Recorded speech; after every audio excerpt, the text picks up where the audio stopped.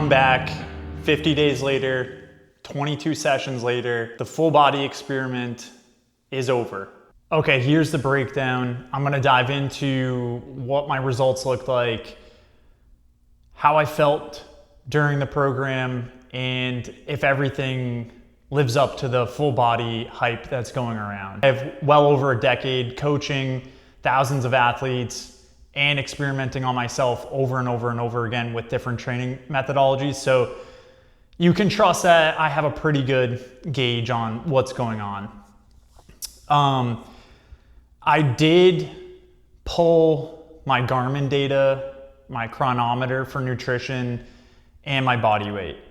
So that's gonna be something I can share with what was going on with body weight, calories, and then from a recovery standpoint, since a full body training program, realistically, in my eyes, is just a better way of managing fatigue to allow more mechanical tension and motor unit recruitment to occur. So the two indicators for hypertrophy. So taking a look at how my recovery was being managed is actually a pretty helpful indicator here. All right, let's dive into some logistics here to just get a good idea of what the training looked like.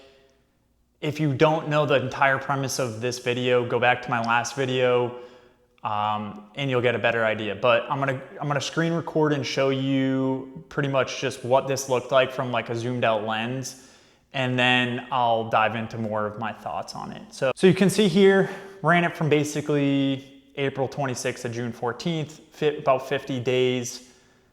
Just shy of 2 months, which I felt like was a pretty fair shake at a hypertrophy block. Obviously, in a perfect world, if you want to gain the most muscle mass, be at maintenance with a little bit of a surplus and just run it for years on end. A system catered towards the individual in an annual progression, focused with throughout the year on different aspects of your training, is probably the most optimal way to get towards that all-encompassing athlete type physique and performance from like an energy system standpoint as well. So if you want to be a straight up bodybuilder, I'm obviously not the guy for you, but if you want to look good, look like you actually lift, and then perform well, and be healthy, then this is for you. So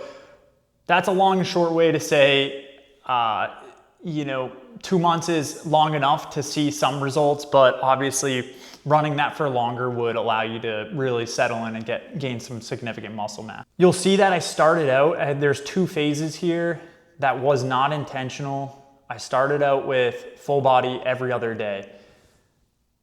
That's like, I started out with a maximal,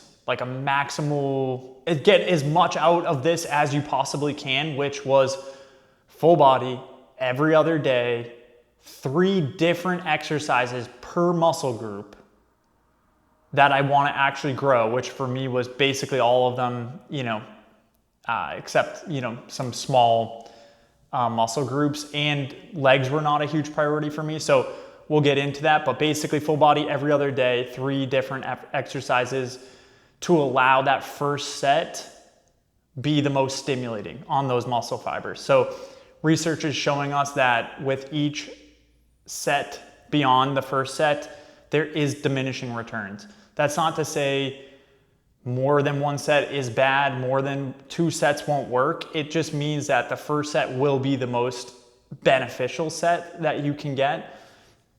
And then each one after that is not gonna be as beneficial, okay?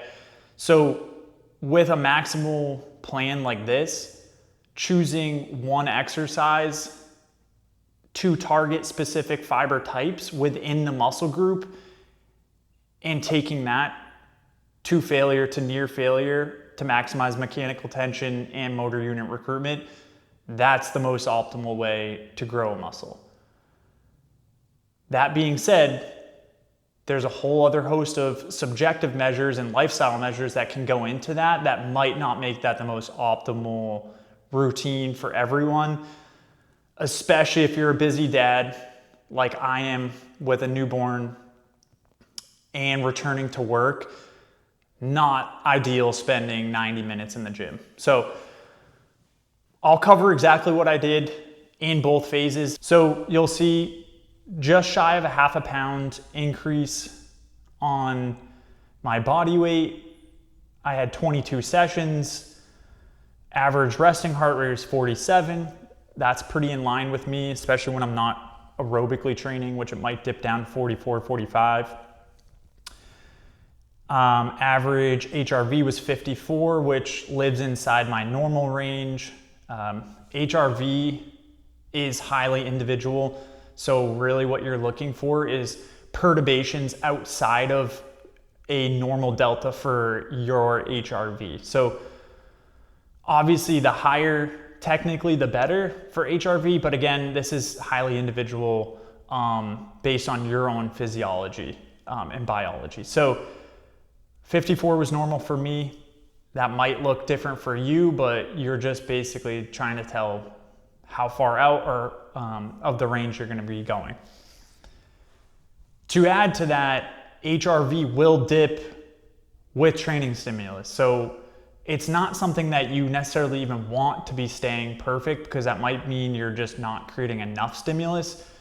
So your HRV will go up and down based on a ton of different things, even psychological stress, digestion, things like that, heat.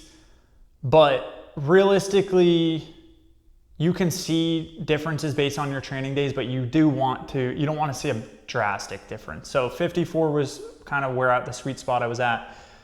My average caloric intake was 29, 28. So I was pretty much shooting for 3,000 calories a day. For me, that's definitely maintenance to a little bit of a surplus.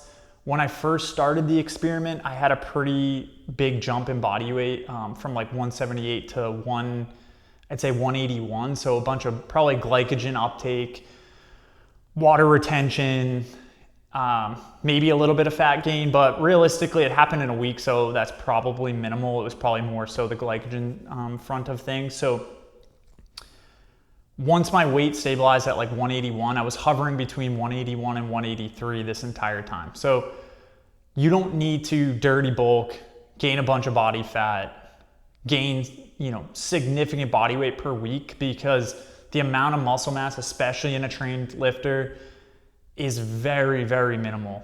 So if you're gaining a pound a week, like a majority of that will be fat. It's not going to be lean body mass. So if you're a complete newbie gains are amazing. You'll probably gain more muscle mass than you will fat. But for most of us that have been training for longer than I'd say 3 to 5 years, like with actual strength training, your gains are going to be super marginal. So 3,000 is where I lived at.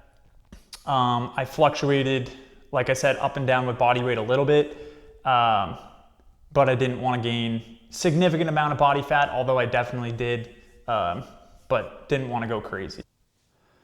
Okay, now we're going to take a look at the different phases that I talked about that I ended up inevitably switching to. So I started out with that phase 1 every other day that I explained, and you'll see this in the left box here. So the frequency was every other day. That technically means 3.5 workouts per week. That is the most amount of sessions you can do with managing recoverable volume and having a rest day after your training day. So I explained this in the last video, but we're basically trying to minimize supraspinal fatigue, keeping the central motor unit commands high. Allowing that rest day between sessions is going to optimize our ability to manage our fatigue and hit, each session with the intensity it deserves and the motor unit recruitment and mechanical tension it deserves. So you can be trying really hard in a workout or an exercise, and your reps in reserve might be similar, your weight might be similar, but you may not be recruiting all of the muscle fibers that you could possibly be recruiting if you weren't under that fatigue. So again, You can be doing everything right, but have that underlying supraspinal fatigue, and it will be reducing your ability to recruit high threshold motor units and reach mechanical tension. That is, the name of the game. Obviously, you can still get there doing other ways. You can still get there training under bits of fatigue, but I'm just taking a maximal approach in the beginning here, and I'll eventually get to why that actually, it didn't work for me. But I just want to give you the clean and cut dry, what the science, what the physiology tells us is best, and then, break down like a real world scenario here. So 3 different variations per exercise, 1 set per exercise, total sets per muscle, 3 sets, and exercises per session were probably 20 to 22, which is a lot. Session length, 75 to 90 minutes. Okay, so an example for phase 1 approach, that's if I'm hitting my biceps, I'm choosing 3 different exercises to target different specific muscle fibers and motor units within that muscle group. Think about it as a barbell curl, a hammer curl, and an shoulder extended curl. Okay, so those are pretty different. They're gonna target different parts of the bicep and different muscle fibers in that bicep. So for each body part, I was trying to choose different angles or biomechanic driven positions to target different muscle fiber groups, and allowed the first set to be the most stimulating set. So that was phase 1. Okay, you can see that here. You can see where the phase 2 switches. All right, so I didn't necessarily drop the volume of work in this second phase.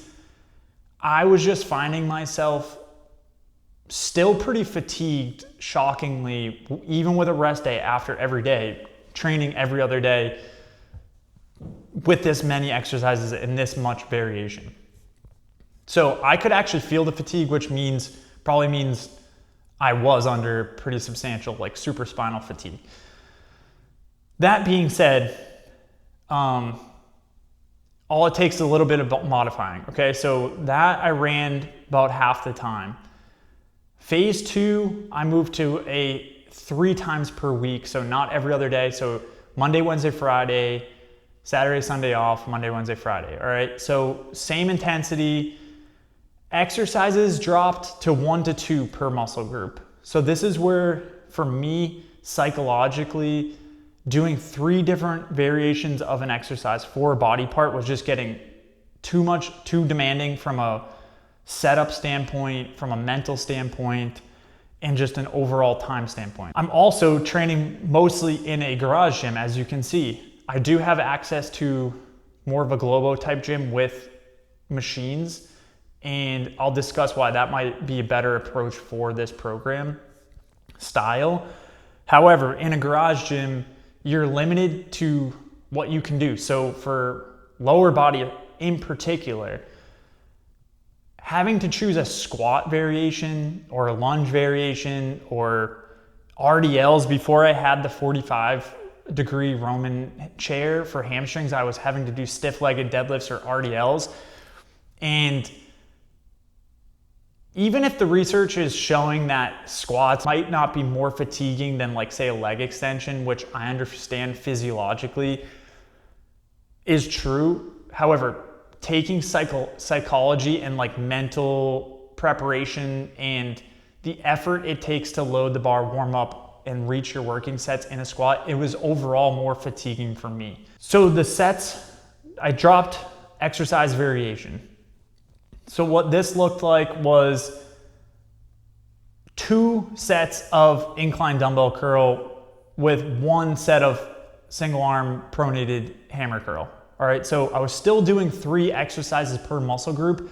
I was just trimming off a set of variations. So I was willing to take the sacrifice of that second set potentially being less valuable as a first set just to minimize on time. So I think realistically, that is going to be the closer option and best option for most people living a life where they're working, their parents, and things like that. That's still even maximal compared to like a minimal full body approach. Like, I could share the full body training program I have my wife on is a lot more simple than that. And even that is more complicated than just doing one compound lift per muscle group. So you could do a squat, a hinge, a press, a pull, and be gone. You could do literally just 4 to 5 exercises 3 times a week or even 2 times a week and be gone. 1 to 2 sets of each. Now, you're not going to get as much hypertrophy, and your runway for a long time will be lower than someone else doing a maximal approach, but that's a pretty good trade-off. You're still going to get crazy results doing something like that, especially if you're novice to intermediate or super low on time, or you just want to maintain your muscle mass and you're already built and you can get away with that. That's going to be your best approach. Okay, so that's why I modified the training program in the middle of this. Here you can see the same thing for phase 2, and you can just take a look at how I modified my sessions to be a little bit shorter and doubled up on one exercise and then had one set for another exercise. This was still varying between garage gym and the machine-based gym. So you can see my exercise selections. Again, in an AB format, you're still hitting at 1.5 times per week. So it'll be ABA, BAB. So you don't run ABA every week. You just keep going in that order, and it eventually kind of evens out. You can see my body weight here. Pretty flat. The remarkable thing here was I was holding body weight at about 181 to 183 with 0 added cardio, no running. Obviously, I was running a hypertrophy plan.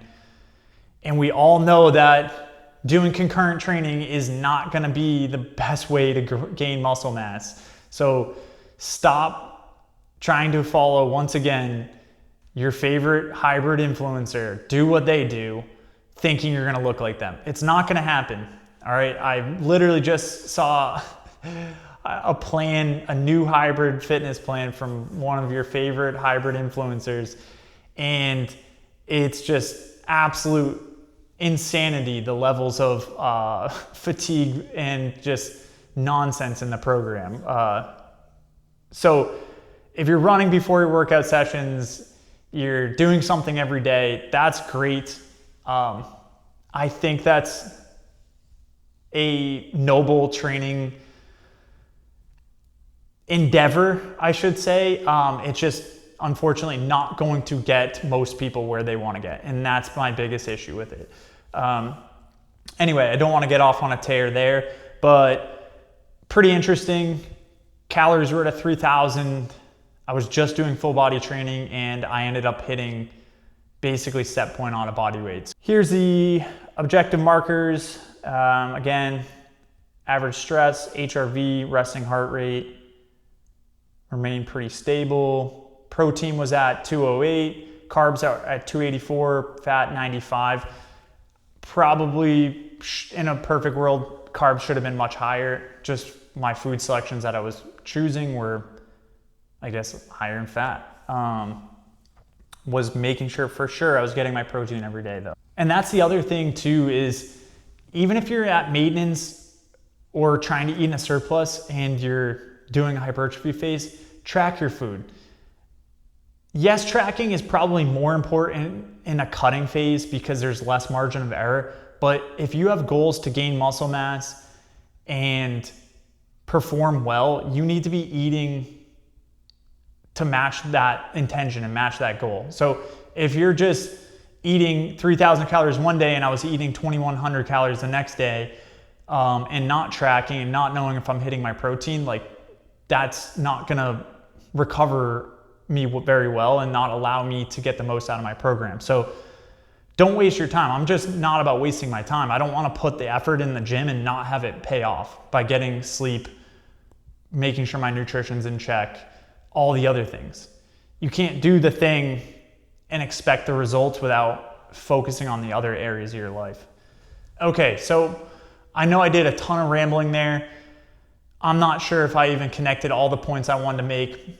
However, here I'll show on screen my key findings here and then just talk to you guys through this. So I think the full body training is the most optimal way to train for hypertrophy for natural lifters and the large majority of the population. All right, 2 to 3 times per week working out and 1 to 2 sets per exercise, like that's amazing. That should make everyone be jumping with joy. Like that's like, you could literally dedicate 30 to 45 minutes twice per week and get insane results, like insane results.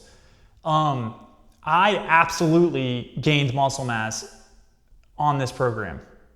If that was the 0.4 pounds or half a pound gain, I'll even take if it was a quarter pound of muscle, like, because for me at this standpoint, that would be pretty good in 2 months. I 1000% gained muscle mass. I can tell by how my shirts were fitting. I can tell by the mirror and then obviously my body weight. And then, you know, taking a look at my body fat percentage just visually. However, I still think just doing a minimalist or approach for that, for the large majority, they're gonna get crazy results. So if you're short on time, 2 to 3 times per week, doing a minimalist program is gonna be the way to go. So that leaves you so much time. That's what I liked the most about this program, was that after every training day, I had a day off. It was amazing. I had never had so much time off in my entire life trying to train 4, 5, 6 days a week. So that was the best part of this. I could tell my wife, hey, you know, she knew I was off the next day. We could plan things. That could be the day she trained, so we could swap off. It just works. It's awesome. That's especially the benefit of the 3-day, because it's predictable. Every other day, unfortunately, changes each week. So that's where the scheduling gets kind of messed up. But overall, awesome program to run for the large majority. If you want to run a hypertrophy block, super simple. Drop all your other fatiguing exercises. If you do want to keep running or do some sort of conditioning, preferably not running, but I know my audience is going to be running, and if you're like me, you're interested in running. Running's just not the best choice because it's an eccentric load on the system, so it's going to create more fatigue. But if you have to, put it after your training session on that full body day. Or try to, if you did it the next day, do it in the morning so it's as far away as your next training session as possible. If you aren't running, just choose a concentric based activity like biking or rowing. That's going to create less fatigue, like I said. And you can slip that in there, all right? If you find the sessions too demanding, just shorten the variation in the exercises. So there's like so much variation you can do within this.